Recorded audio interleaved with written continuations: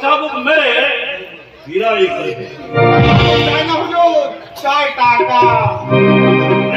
শ্রমিকদের টাকা তাদের জন্য নয়, ওরা খাবে সাদা পায়ের কালো পায়ে যা, আর আপনারা পাবেন সোনা।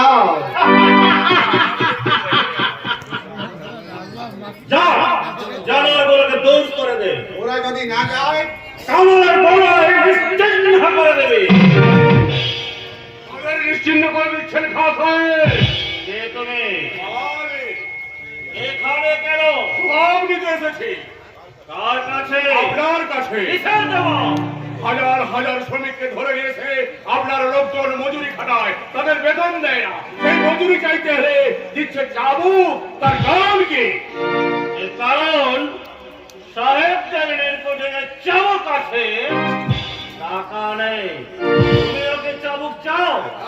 চাবুক চাই, চাবুক চাই। তোমার পিঠ পেতে নয়, তোমাদের পিঠে বসিয়ে দিতে। বাঙালি এখনো মরেনি, তাদের হাতগুলো এখনো বঙ্গ হয়ে যায়নি। তারা চাইলে তোমাদের ওই নীলকুঠুকে বাংলার প্রান্তরে এই গঙ্গার মুখে বিসর্জন দিতে পারে। বাঙালি কখনো করেনি, আজও করে না। যুগ যুগ ধরে তারা জান দিয়েছে, প্রাণ দিয়েছে, কলিজার খুন দিয়েছে, তবু বাংলার মান মর্যাদা তারা কোনদিন হ্রাস করতে চায় না।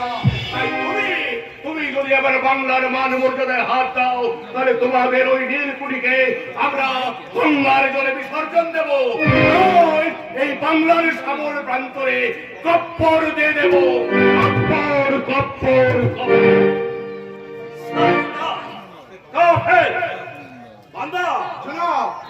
কোথায় থাকি শুনলো? এই যে হুজুর, আপনার কাজ বন্ধ করতে পারলে না? হুজুরের হুকুম না পেলে উত্তম, যা সিপাহীদের হুকুমকে যারা মজুরির জন্য হল্লা করবে তাদের কামানের গোলায় উড়িয়ে দে। আর পথে ঘাটে যে যেখানে সুন্দরী ও রোদ দেখবে সব ধরে যেন নীলকুঠিতে চালান দেয়। ওই হাজুর একটা সুন্দরী মহিল আছে, তাকে আমার চাই। তাই তো বলছিলাম মেহেরবান। যা রহমতকে তালাক দে। এই বার তাকে হিন্দি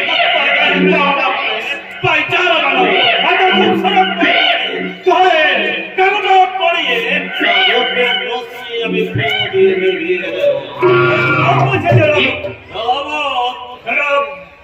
জমিদার ভুবন রায় জমিদারিতে যে একটা বস্ত্রায় গোলাপ ফুটেছে তার সন্ধান রাখো।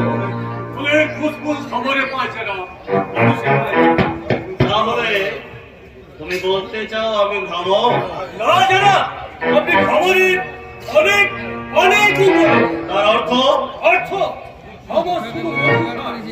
ফুল খায় না, মাছ খায় না, আর আপনি? আমি ভেবে দেখুন জনাব, আপনি কত নিরনের জীবনে সর্বনাশ করেছেন, কত মা বোনের গায়ের মতো পবিত্র জীবনকে দোজাকে অন্ধকারে পরিণত করেছেন। আর কেন জানাব, কোথায় গোলাপ যেখানে আছে সেখানেই থাক। তার দিকে লালসার হাত না বাড়িয়ে